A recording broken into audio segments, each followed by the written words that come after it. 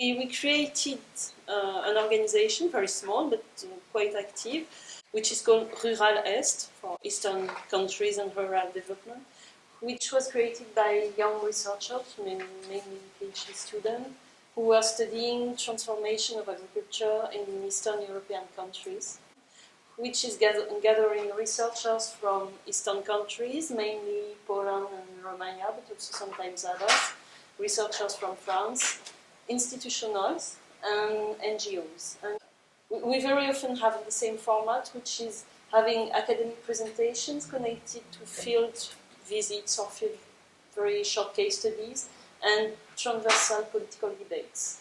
And that's what we do here and there in Romania, very often in Poland, in France. And informal food networks in Greece today.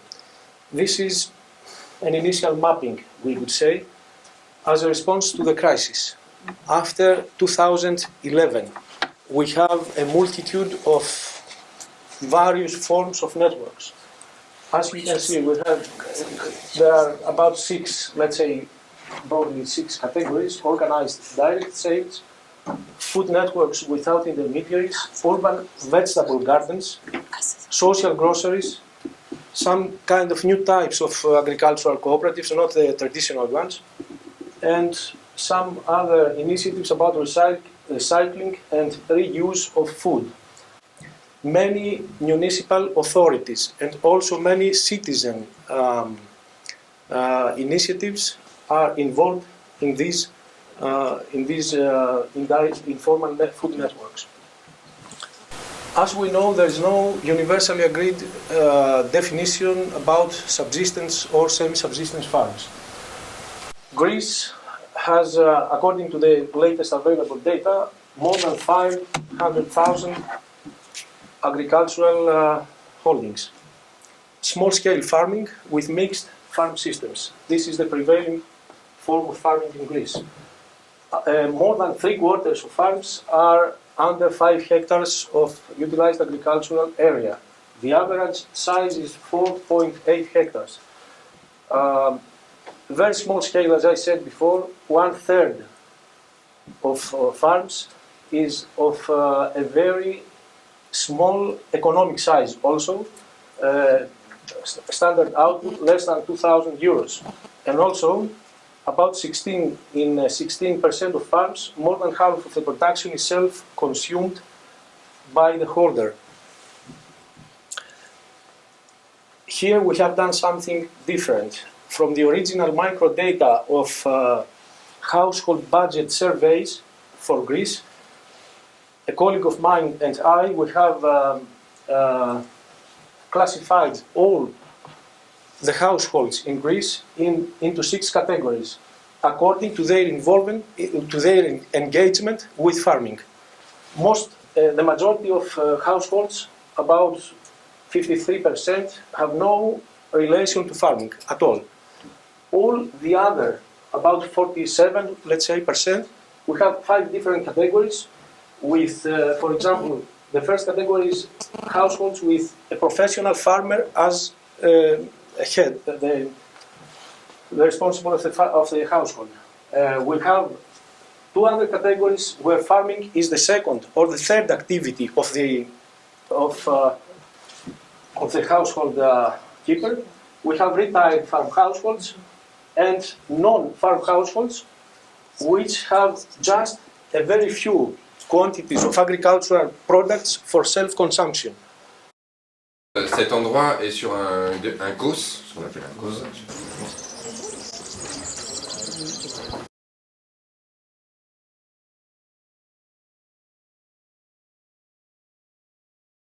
Ce qu'on appelle le parc régional des Grands Causses. Voilà. Imagine, hein, ici c'est une petite ville de 9 000 habitants. 9 000 habitants, très agricolo-agricole, très agroalimentaire en termes d'industrie. Hein.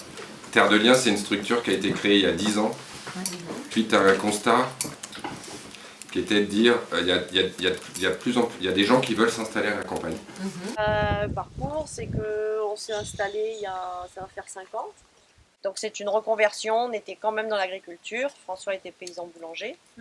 Et moi, j'ai fait de l'élevage et de l'horticulture. Donc, on a cherché des terres pour s'installer parce qu'on pouvait continuer à être dans l'agriculture. Et donc, par un ami commun, c'est Serge qui nous a proposé un bail sur ses... Il arrachait les vignes ici. Il y a 20 ans, il y a des gens qui travaillaient, moi j'ai commencé il y a 20 ans, alors peut-être c'était avant, mais moi je peux parler de ce que j'ai vécu, avec un monsieur qui s'appelle François de Ravignan, qui est un chercheur de l'INRA, qui ont commencé à montrer qu'il y avait une nouvelle population rurale qui venait s'implanter. Et donc il y avait déjà des soldes migratoires positifs il y a 20 ans, alors moins qu'aujourd'hui, mais ça commençait déjà il y a 20 ans. Ces gens qui viennent s'installer à la campagne rencontraient beaucoup de problèmes pour s'installer. Un problème d'intégration dans le milieu, on va dire, ça c'est un premier problème important. Enfin, il y a une deuxième raison pour laquelle c'est difficile d'accéder à la terre, c'est l'agrandissement des fermes. C'est-à-dire qu'un tiers, je crois que c'est un tiers des terres agricoles qui repartent à l'agrandissement. Du coup, il y a une troisième cause qui arrive, c'est la spéculation foncière. Avec un problème d'accès, alors des problèmes d'accès au financement. Souvent, c'est des gens qui étaient exclus du prêt bancaire, peu de moyens, exclus des aides agricoles, plus de 40 ans, enfin, etc. L'installation, notre lien avec Terre Vivante, ça a été parce qu'on a fait on était au chômage et donc c'était le chômage qui nous demandait d'avoir Vous aviez plus de 40 ans. un tuteur, quoi. Ouais. Ah oui, on avait plus de 40 ans. Je sais pas. Mais Des problèmes de formation aussi, c'est des gens qui n'avaient pas été formés à l'agriculture forcément, du coup, aujourd'hui il existe, depuis 20-30 ans, il y a eu le développement de formations type brevet professionnel de responsable d'entreprise rurale, enfin, il y a vraiment cette question-là aussi. Après des problèmes de référence aussi, parce que je suis très optimiste là. On est dans un monde agricole aujourd'hui encore basé sur des filières beaucoup, et on est dans les gens qui arrivaient, qui voulaient s'installer, étaient plutôt sur production de qualité, transformation, vente directe. Donc il y avait toutes ces questions de référentiel qui posaient problème. Mais ça, on est en bio, on était en bio déjà avant, chacun dans notre passé, dans nos activités d'avant. Et puis, sur une petite structure, c'est bien, on peut y arriver. Bon, après, il ne faut pas vouloir gagner 6 000 € par mois. Voilà, c'est pas le but du jeu. C'est vrai que bon, on a eu la chance de trouver les terres facilement. On travaille à peu près 1 hectare, mais on a quand même on avait une mise de fonds aussi, parce que c'est pas le tout d'avoir que de la terre et des investissements. il y a des investissements, l'air de rien, on a l'impression qu'il n'y a pas grand-chose, mais on a quand même investi pas mal. Mais ça va très vite, quoi. Il y a des problèmes, il y a des gros problèmes de transmission de ferme. Ici, ça a coûté, j'ai pas dit le prix, mais ici, le global, c'est 600 000 €. En fait, les 600 000, il y a les 136 hectares agricoles avec 2000 m² de hangar, ça c'était 300 000. Le vieux corps de ferme, plus les 4 hectares et hectares constructibles, 250. Voilà. C'est un vrai problème pour des jeunes qui veulent s'installer et qui n'ont pas forcément les capitaux. On n'est plus dans un modèle familial et on a des concurrences, des conflits d'usage sur les territoires comme ici, avec de la résidence secondaire ou autre. Et puis avec des paysans qui effectivement vont attendre que soit leur terrain soit constructible pour le vendre plus cher, soit vont séparer le corps de ferme pour faire une maison et puis les terres aller à l'agrandissement. C'est le schéma classique. Et ces différentes raisons, c'est de moins en moins de terres agricoles en France. En France, on perd 160 hectares de surface agricole tous les jours. Aujourd'hui, la France qui, en 1950, comptait pratiquement 5 millions d'agriculteurs ou de paysans, aujourd'hui, il y a moins de 400 000 exploitations. Et il y a un retraité, il y a 3 retraités qui partent pour une installation. Donc aujourd'hui, la France commence à se vider de ses agriculteurs. C'est à cause des villes. 3 raisons. L'urbanisation, c'est pas forcément les villes, c'est aussi les villages qui créent un lotissement, une zone artisanale. Donc là, on a un spécialiste du SCOT. Là, donc, les deuxièmes, c'est les linéaires, en fait, tout ce qui est route, tout ce qui est linéaire. Et le troisième, c'est les jardins espaces verts. La troisième raison. Terre de Liens parlait beaucoup de la pression de l'urbanisation comme explication première de ces phénomènes de perte de terres agricoles. En fait, ici, c'est pas du tout la première pression. Ici, on a d'autres pressions qui sont déjà l'abandon des terres agricoles. Ça, c'est la première pression. C'est le phénomène interne à l'agriculture, c'est qu'il y a des pans entiers des exploitations qui sont délaissées. C'est que la forêt et l'enracinement gagnent du terrain sur les parcours agricoles où vont les brebis. Juste pour donner un chiffre, à l'échelle de la région Midi-Pyrénées, donc la région qui nous concerne, il y a grosso modo 1000 exploitations agricoles qui arrêtent leur activité par an, quand il y en a 800 qui reprennent. Donc on a un déficit de 200 exploitations par an sur Midi-Pyrénées. Et ici, on est sur des tendances beaucoup plus atténuées. Ça, on s'est rendu compte que tous ces problèmes-là, on les avait repérés entre les années 80, 88, 87, 88 et la fin des années 90. Avec différents partenaires, dont une association qui s'appelle Relier, qui a été à l'initiative de Terre de Liens. Il y avait pas mal de paysans de la Confédération paysanne qui étaient impliqués dans les travaux qu'on menait. Ce qu'on appelle deux autres réseaux qui étaient dans ces travaux-là, on va appeler les réseaux de l'économie solidaire pour aller vite, mais à la fin des années 90, oui. Cette rencontre entre ces mouvements-là, de l'agriculture biologique, de la finance, alors il y a finance solidaire, finance alternative avec l'ANEF, de l'agriculture alternative, on va dire, si on peut encore l'appeler comme ça, parce qu'elle l'est de moins en moins, à mon avis, j'aime pas trop ce terme. Et de ce qu'on appelle l'éducation populaire, c'est des gros mots, je sais pas si c'est une bonne idée de les traduire. Mais en tout cas, la rencontre entre tous ces réseaux ont créé Terre de Liens. L'originalité de Terre de Liens a été de rassembler des citoyens, des paysans, de la finance solidaire, de l'expertise agricole, chose qui n'existait pas encore en France. Et à l'issue de cette rencontre, nous avons créé des structures financières. Il y a 10 ans, des citoyens et des organismes se sont retrouvés pour essayer d'apporter des idées pour répondre à la problématique de la disparition des terres agricoles à cause de l'urbanisation, et aussi de la difficulté d'installation des paysans sur des terres qui deviennent de plus en plus chères. Donc les deux piliers de Terre de Liens, c'était d'essayer de voir la terre pas comme une marchandise, mais comme un bien commun à gérer collectivement, d'avoir, au-delà de la réflexion politique, citoyenne, de créer des outils qui vont agir concrètement ici et maintenant. En 2003, il y avait déjà l'idée de dire on va créer un moyen de récolter de l'argent pour libérer des terres. En fait, l'idée c'était de dire on va pouvoir libérer des terres, libérons les terres, libérer des terres de la spéculation, reposer la question de la propriété privée individuelle sur le foncier, ce qui est quand même... On n'en parle pas trop dans Terre de Liens parce que c'est sensible. Et puis d'interpeller les institutions, donc la SAFER, les syndicats agricoles, les collectivités locales.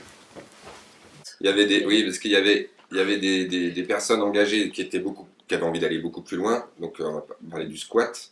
D'autres qui étaient plus à dire on va faire bouger les choses à travers une action collective forte qui est devenue Terre de Liens. À essayer de repenser la question du foncier et d'amener des partenaires, par exemple des collectivités, à travailler avec nous pour mobiliser du foncier et installer des paysans. Et du coup, en 2006, 3 ans après la création de l'association Terre de Liens, on crée une société qui s'appelle La Foncière, qui fait ce qu'on appelle un appel public à l'épargne. Acheter et libérer des terres. Aujourd'hui, on a récolté 37 millions pour acheter, on a acheté un peu plus de 100 fermes aujourd'hui. On voit bien qu'on ne règle pas le problème comme ça, puisqu'on perd 200 fermes par semaine. Oui, c'est ça. Quelque part, quand on a acheté 110 fermes entre 2007 et 2013, c'est-à-dire 110 fermes en 6 ans, c'est-à-dire qu'on achète 20-30 fermes par an, allez, une ferme par semaine. Je vais être bien gentil avec terme. Cet effet d'achat de fermes qui doit toucher les collectivités, on s'est organisé en région, c'est-à-dire qu'on a 19 associations régionales. Qui vont aussi aller voir le maire du village, le maire de la ville, l'agglo, enfin, etc. pour faire bouger les choses. C'est important cette vie associative. Aujourd'hui, on a 12 000 membres à Terre de Liens. Quelqu'un qui arrive comme actionnaire, qui prend une part dans la foncière, va à un moment donné dans son parcours, juste... au début, il est consommateur, il achète sa salade bio à la Biocoop de Nantes. Et ces 12 000 membres, il y a des actionnaires, il y a des adhérents, il y a des donateurs, parce que je vais un petit peu plus loin, et des bénévoles. Et aujourd'hui, on s'appuie sur, je sais pas, 500 bénévoles, à l'aise 500 bénévoles actifs, quoi, très actifs. Et c'est quand même important pour... Alors, Terre de Liens aujourd'hui a 10 ans, et on se pose la question de notre impact aussi, parce qu'on ne s'est jamais arrêté pour mesurer notre impact social, sociétal, économique, environnemental, ce qui a été fait par Terre de Liens Normandie. Sur ce qu'on appelle un convertisseur alimentaire local, où on montre, alors ça a été repris par un journaliste qui est plutôt écolo, mais qui s'appelle Hervé Kempf, qui a, à travers ce convertisseur, en fait c'est un système qui montre, en fonction de ce qu'on peut produire sur un village, le nombre d'habitants, combien on pourrait créer d'emplois. Il l'avait fait alors à l'échelle de la France, et il y a un article dans le Monde il y a l'année dernière où c'était 1 200 000 emploi agricole. Oui, c'était énorme. Ouais, même si c'est exagéré, ça vaut le coup de se pencher sur la question, parce qu'aujourd'hui, on voit le nombre de paysans, on est à 350 000, c'est ça. Depuis, pour les 10 ans de Terre de Liens, on a réussi à créer une fondation reconnue d'utilité publique. Alors ça, mais c'est important, parce qu'on sent cette tension entre, je vais caricaturer, mais le libéralisme avec la création d'entreprises individuelles et l'autonomie, c'est ça. Et la puissance publique, c'est-à-dire la régulation et la redistribution, la puissance publique. Et nous, dans Terre de Liens, c'était important qu'on ait un équilibre entre les deux. On croit à l'équilibre entre les deux. On sent cette tension entre des gens qui croient encore en l'État, et puis le fait que le mouvement citoyen doit se débrouiller et s'organiser pour pouvoir sortir de la crise dans laquelle on est depuis des années, que ce soit écologiquement, financièrement. L'idée, c'est effectivement de se réapproprier la gouvernance, c'est-à-dire que c'est nous qui décidons qui rentre dans la coopérative, pour produire quoi, dans quelles conditions. Donc on a l'impression d'avoir plus d'autonomie, de prise de décision. Et on le retrouve dans beaucoup de réseaux qui sont pour dire on va se débrouiller nous en tant que citoyens pour s'organiser pour je sais pas, la résilience, c'est ça? Of course. And they took a very interesting example about the public good, which is water, those famous spring water they have. En fait, dans le groupe ici des 10 sociétaires, il y a eu un débat. Et il y a encore un débat sur, je regarde Jacques, on a des sources ici, on a des sources d'eau privées, des sources. Et du coup, on a jusqu'à présent, les 2 premières années dans la discussion, c'était de dire on potabilise notre eau de source. Autonome. On est autonome. Il y avait quelques gens qui étaient pour avoir l'eau de la ville. La question, est-ce qu'on privatise ou pas une source? Ou est-ce qu'on se bat avec la commune ou avec la collectivité pour que l'eau soit accessible à toutes et à tous? Either they keep the water for themselves and then they make it a private object. So it's contrary to their vision of community and collaboration. Or they give it to the local community and use it back, but they have to pay for it and they lose their autonomy. So there are contradictions in this, and they are fighting in the community to make a decision, and they still don't really know how to balance the decision. Avec même l'idée peut-être de pourquoi pas, si on pouvait, parce qu'on en arrive là un peu, mais pas tout à fait. On espère avoir l'eau publique aujourd'hui. Ça a beaucoup évolué depuis le début, puisque aujourd'hui, au bout de 4 ans, ici, ça fait 4 ans qu'on est là, à peu près 3 ans et demi. Au bout de 3 ans et demi, on se dit, bon, on veut l'eau de la ville, publique. Ça coûte cher. Mais c'est pas ça, c'est que... Il y a aussi une autre solution, ce serait qu'on arrive à potabiliser notre eau de source et qu'on la rende communale. C'est-à-dire qu'on la mette en régie communale. Juste pour dire le débat, et on est encore en débat dans le groupe de 10, on n'est que 10. On se connaît bien. Le débat qu'il y en a qui voulaient vraiment être sur l'autonomie et se débrouiller et privatiser, du coup, parce que c'est moi qui dis ça, je fais exprès. Ouais, je suis méchant. Mais de privatiser la source, c'est des sources qui deviennent privées, alors que l'eau et la terre, c'est un bien commun. On est sur cette question de bien commun, la terre un bien commun ou l'eau un bien commun, donc c'est contradictoire pour moi. Mais, après, avec le maire qui est intelligent, on va sûrement trouver une solution. Faut savoir qu'on est comme on n'en a pas parlé, on est sur le terroir du Roquefort. Vous avez sur la table, c'est-à-dire le Roquefort, qui représente à peu près 1 millier d'employés, en gros. On ne parle pas des exploitants, hors producteurs. En gros, Roquefort, c'est de 900 à 1000 employés. C'est un véritable territoire d'expérimentation depuis de nombreuses années, que le parc gère les fonds leaders, donc ce qui permet de monter des projets avec tous les acteurs du territoire. C'est vraiment l'outil qui va développer le concept et qui va commencer à avoir le premier levier économique pour mettre en place une action. Toute la région du Larzac et des Grands Causses, c'était jusque dans les années 80 le lieu on peut dire d'une mono-industrie, ou d'une mono-agriculture plutôt, qui était le Roquefort. Le fromage de Roquefort, donc qui est un fromage très ancien, qui bénéficie. Alors le Roquefort se vend toujours, mais la consommation n'augmente plus depuis assez longtemps. Or, la production, dans les années 50 et 60, il y avait un déficit de production de lait. Donc l'industrie du Roquefort a poussé les paysans à produire plus, un peu comme dans le reste de l'agriculture. Donc avec la génétique, amélioration de la génétique des brebis, et puis l'alimentation, mieux alimenter les brebis. Et donc il s'est passé dans les années 80 ce qui s'est passé en général dans l'agriculture de l'Europe de l'Ouest, c'est-à-dire qu'à un moment, on a tellement poussé à la production qu'il y a eu surproduction.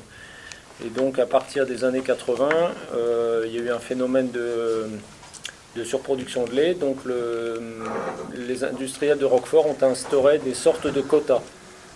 C'est pas tout à fait des quotas, mais du Roquefort, produit du Roquefort et ce qu'ils appellent de la diversification, c'est-à-dire d'autres fromages, voire de la poudre de lait pour la pâtisserie ou la pâtisserie industrielle. Le système Roquefort est intéressant parce que c'est une cogestion entre les industriels de Roquefort et les paysans, représentés par leurs syndicats. Et ça fonctionne depuis avant la guerre de 40, donc depuis les années 1920. Et ça permet de réguler un peu la production et de discuter où vont les marges. Est-ce qu'elles vont plus aux industriels, est-ce qu'elles vont plus aux paysans? Sachant quand même que ces derniers temps, c'est plutôt les industriels qui ont pris des marges, parce que derrière, c'était peut-être la grande distribution, enfin, etc. C'est un peu comme dans le reste de l'agriculture aussi. Ces derniers temps, Société des Caves, qui représente 80% de la production du Roquefort, est passé aux mains d'un grand groupe industriel de l'agroalimentaire qui s'appelle Beignet. Beignet, oui. Et donc désormais, ils ont une vision uniquement capitalistique de la production et le fait qu'il y ait beaucoup de paysans ou pas beaucoup de paysans, ça leur est totalement égal. En fait, ils sont obligés de continuer à acheter le lait des paysans ici grâce au label, à l'AOC. Sinon, ils iraient chercher du lait en Roumanie, en Tunisie, enfin n'importe où, sauf ici. Des quotas, et à cause de la mainmise d'une multinationale sur la production de Roquefort, beaucoup de paysans ont commencé à réfléchir à sortir du système Roquefort. Mais ici, on est dans une région avec une faible densité de population. Donc c'est pas très facile, en tout cas disons c'est pas extensible, donc ça concerne quelques fermes qui font leur fromage et qui le vendent sur les marchés. Mais sinon il y a eu d'autres solutions trouvées, dont la coopérative des bergers du Larzac. Le chiffre d'affaires augmente de 10 à 15% par an, déjà depuis plusieurs années. La moitié du lait collecté est en bio, l'autre moitié en conventionnel. Sachant que le bio a tendance à augmenter un peu plus vite que le conventionnel. Donc nous n'avons pas de quota, contrairement à Roquefort. C'était une des raisons de notre choix de quitter Roquefort. C'est parce qu'on avait un petit quota à Roquefort, alors que là, il n'y a pas de quota. Et en fait, il y a un maximum, mais qui est très élevé, de 600 hectolitres par associé dans un GAEC. Et nous, on en est très loin, on est à 200 par associé. C'est donc géré en commun entre les salariés et les fermiers. Donc il y a un gérant de la coopérative, il y a des conseils d'administration, une assemblée générale, et les décisions sont prises en commun entre fermiers et salariés. Le système Roquefort, malgré tout, dès son origine, était aussi une expérience à l'échelle française.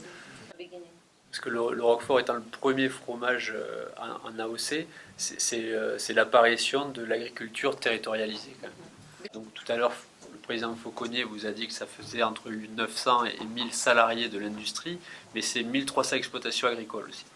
Un territoire un peu particulier où tout ce qu'on peut entendre sur les grandes tendances, et bien ici, tout n'est pas pareil, même s'il y a de véritables problèmes. Donc c'est des choses où chaque territoire aussi doit bien analyser sa situation pour essayer d'avancer.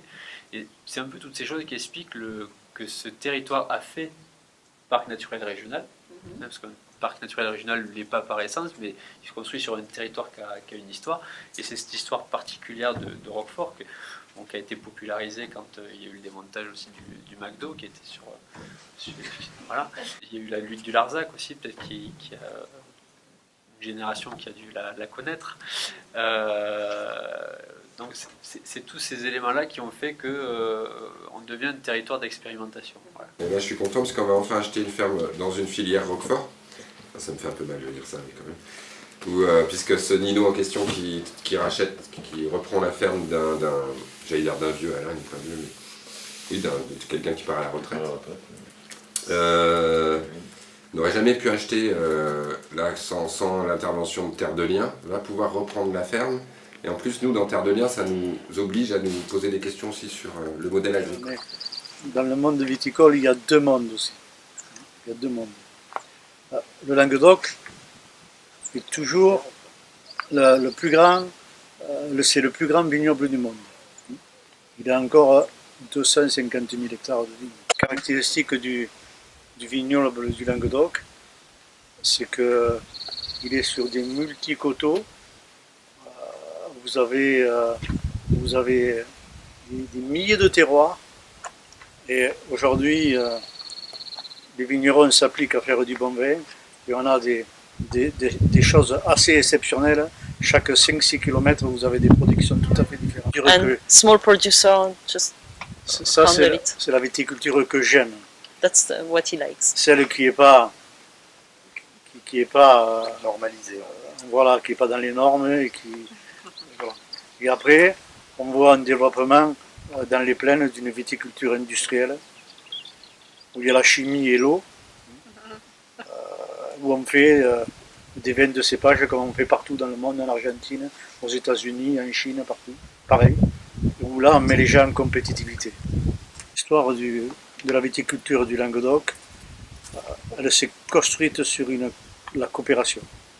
La coopération, en Languedoc, certainement, a été une des plus grandes coopérations qu'il puisse y avoir dans le monde aujourd'hui. Donc, elle ne s'est construite que sur des petits propriétaires qui ont construit des caves coopératives.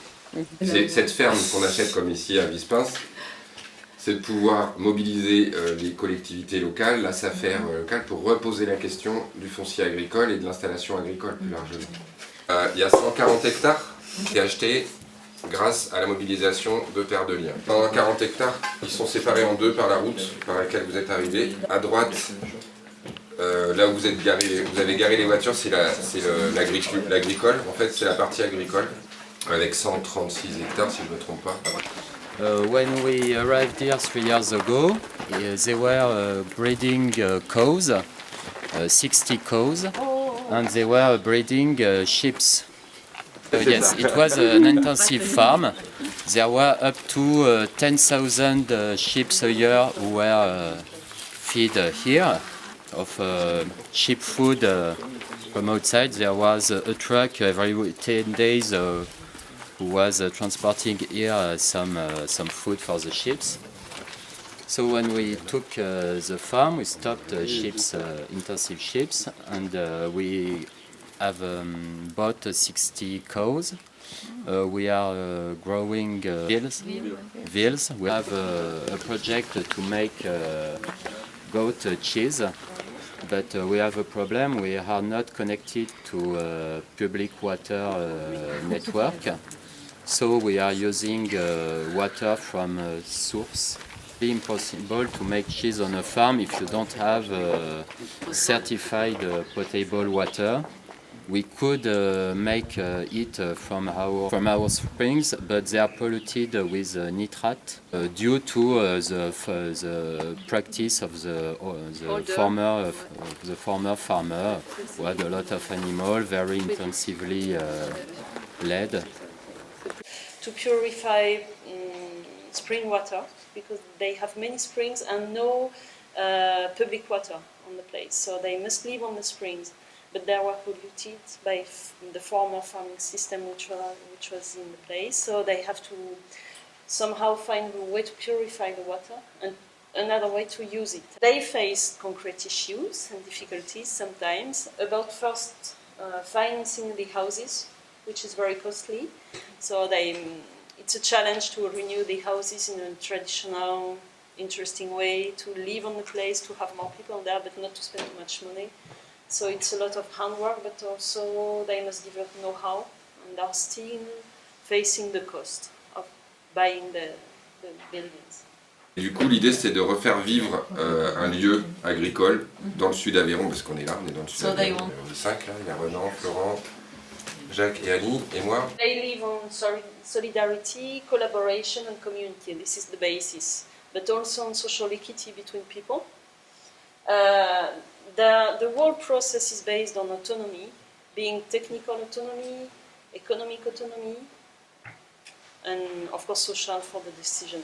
It's very collaborative.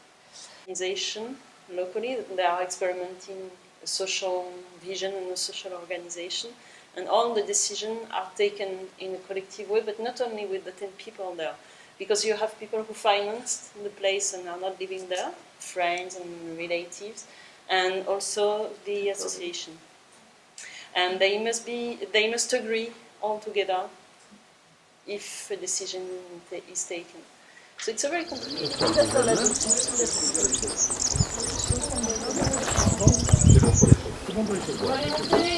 Allez, on monte. C'est à quel endroit que vous allez les chefs? Alors, dans la cuisine collective en haut, là, suivez Arnaud là-bas, ouais.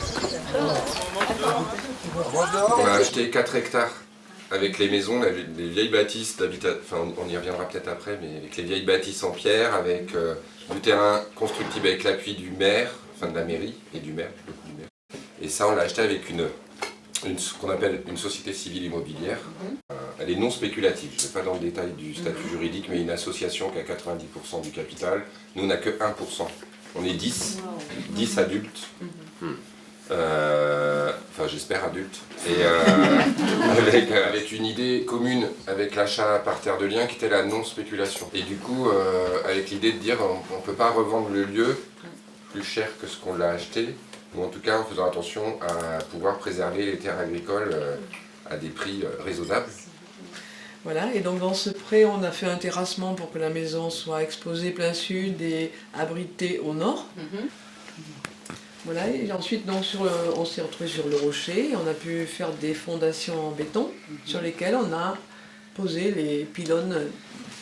Voilà, donc il y a 2 structures côte à côte, et une fois que ces 2 structures ont été posées, on a construit des murs en paille du côté nord et en terre-paille du côté sud. Voilà, ensuite elle a été très bien isolée au sol et au plafond. Et voilà, ça, petit à petit, je vais tout couvrir avec que des sédums, que des plantes qui n'ont pas besoin d'arrosage. Et après, autre idée, à travers ce que racontait Annie, c'est l'écologie, c'est-à-dire l'environnement, le respect de l'environnement, et on voit à travers cette maison, en tout cas, essayer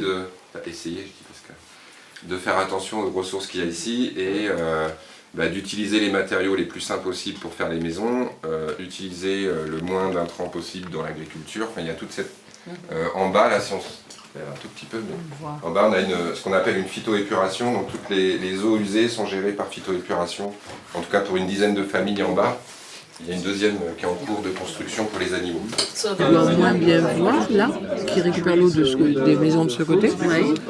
Et donc, c'est pour récupérer les matières organiques, tu sais, les graineries, les machins. Donc il y a un filtre à paille et puis un entretien régulier à faire. Aujourd'hui, il y a une tendance, surtout des consommateurs, de se réapproprier une agriculture de proximité, locale, une agriculture paysanne ou biologique, avec des circuits très courts de proximité. Et l'ouverture de l'agriculture de proximité peut penser, à un intermondialiste comme moi, qu'on peut reconstruire toute la chaîne derrière, qui est les artisans, les petits commerces, et redonner de la vie dans le monde rural. Après, on a cherché, donc on a commencé à produire, on a cherché des bouchers, on ne voulait pas faire de marché et on voulait vendre le plus possible en circuit court. Donc, nos principaux débouchés, c'est donc sur Pézenas, donc à 5 km. Et après, comme on aime quand même être dans des collectifs, on vend avec une boutique, on est adhérent, adhérent à une boutique paysanne sur Clermont-Lérault. Et on vend aussi quelques petits paniers sur le village, ce qui nous a permis de connaître des gens qui sont devenus des amis après, et qui nous a permis de bien nous incorporer, Intégrer dans le village. C'est que nous, au niveau de la boutique, comme je disais tout à l'heure, on est trois maraîchers, mais il n'y a que nous qui dans des secteurs différents. Il y en a un qui est un peu sur la montagne, l'autre qui est à côté de Clermont-Lérault. On est les seuls à avoir des serres. Donc on arrive à approvisionner la boutique l'hiver et c'est une complémentarité entre nous. La particularité, c'est qu'il n'y a pas de salariés, on est tous responsables de nos produits et on travaille collectivement. On tient la boutique à tout. Et surtout des petits producteurs locaux. Il n'y a pas de producteur qui est à plus de 80 km de la boutique. We have developed direct sale to consumers, where we take the animals to the slaughterhouse, and then we put the meat in packs and we sell it to a network of consumers that we directly call when we have some meat to sell. And we sell food on Saint-Afrique and the neighborhood, and we sell food in Montpellier and Nîmes, where you are at Montpellier, I think. Okay, so we sell once a month. We go to Montpellier to sell meat. The farm production is completely sold in the local markets and even in Montpellier, but it's short supply chains. They sell it just directly to the consumers in open air market, or people come on the farm and get the products. And they care very much about environment and ecology in an organic farm. C'est le petit paysan qui peut apporter le bonheur sur la planète. La Confédération paysanne ou Via Campesina, au niveau des paysans, c'est aussi le nombre de cancers explose. Il y a beaucoup de maladies où on peut penser que les pesticides ils sont pour beaucoup. Et donc il y a une prise de conscience aujourd'hui des populations pour se tourner sur ce genre d'agriculture. De manière assez inédite localement avec la Chambre d'agriculture, qui s'est pas mal investi sur les questions de circuit court. Et aujourd'hui, il y a un gros boulot d'identification des filières de circuit court qui s'est mis en place. Alors, je les ai pris dans la voiture, je vous les donnerai, mais il y a une guide tous les ans qui est éditée de tous les producteurs du territoire du parc qui vendent leur production des circuits courts, avec la localisation du lieu de marché, qu'est-ce qu'ils vendent, etc. Bon, tout ça est très bien analysé, et je pense que c'est à partir de ça qu'ils voulaient voir aussi comment après sur le territoire on arrive à trouver des marchés comme la restauration collective, sur les lycées, les collèges et les écoles pour avoir une alimentation de meilleure qualité et faire que ça devienne aussi un marché local de ces productions. Je pense donc ce qui fait qu'il y a une équipe d'ingénierie territoriale qui est là pour mettre en place une politique de développement local. Et donc ici spécialement, ça s'est joué sur les histoires d'agriculture parce que c'était un héritage direct. Donc sur les circuits courts, le parc a essayé de mener plusieurs actions sur le développement des circuits courts, ce qui est en train de bien fonctionner. Une partie du parc a été classée au patrimoine de l'UNESCO pour le côté, disons, agro-pastoral. C'est une problématique un peu particulière. un côté, c'est beaucoup plus immatériel, donc c'est un peu difficile à mettre en valeur, mais c'est quand même un beau challenge. Alors, un parc naturel régional, c'est un territoire de projet, c'est pas un territoire de compétences comme une municipalité. Les nouvelles actions se mènent maintenant sur le volet énergétique, où le parc monte un peu en puissance sur ces questions-là. Et très gros côté environnementaliste aussi de protection de l'environnement et tout ce qui est question de biodiversité qui est traité par le parc. Il y a toute la protection de la ressource en eau, parce qu'on est sur un milieu karstique très, très fragile, et c'est vrai que le parc est identifié nationalement pour être très précurseur sur ces questions-là, les questions d'assainissement. Mais il y a aussi tout un volet touristique, mais bon, on n'est pas très très bon là-dessus, mais qui peut se développer demain, beaucoup plus. Et le parc a été retenu dans un appel à projet au niveau national sur la gouvernance alimentaire. C'est une problématique nouvelle et qui est, à mon avis, très très très intéressante. Je pense que c'est assez porteur d'avenir. Et donc, par contre, on ne sait pas trop le contour de ça, c'est une idée, hein, mais je suis persuadé qu'au travers de l'alimentation, on touche quasiment à tous les aspects du développement d'un territoire.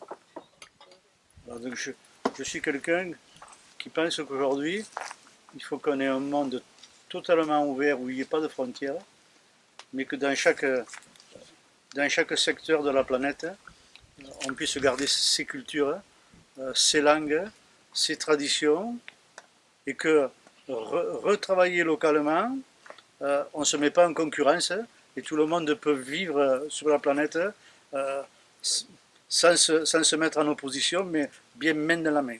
In my institution, I try to change things, and I say, I know it's possible, but administration say, no.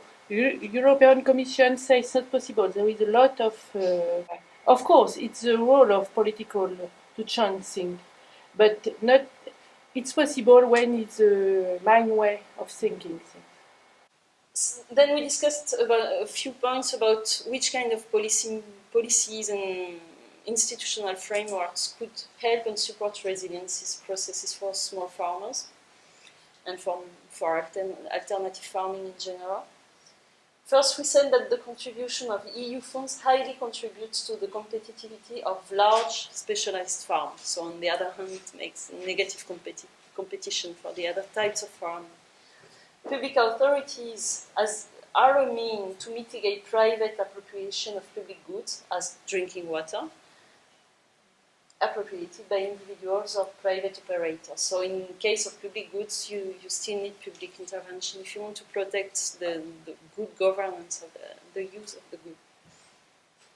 Then we wondered which is the place of small farms semi-subsistence in CAP, and even in the translation of CAP in each country, because on the one hand you have a lot of, well, not a lot, but you have some measures favoring the development of small farms and of semi-subsistence farms because of their social contribution. But on the other hand, we observed in different cases that those measures are not so efficient or not well financed, or they are limited in time, or, well, so we really discussed again which is the European strategy at the moment and which one it should be also. Then we discussed very interesting point about social economy in public policy in Europe, because we observed that it's a very strong issue now, and that on the other hand it's an issue and it's experimented all over Europe, this new social economy. But on the other hand, we observed two things. First, in EU policy framework, there is no homogeneous definition of what is social innovation and social policy, and there is no dedicated policy at the EU level. So we had a very detailed presentation about that, but the conclusion is basically that there is no definition at the European level of poverty and of social exclusion, so it doesn't help at all to have a dedicated policy.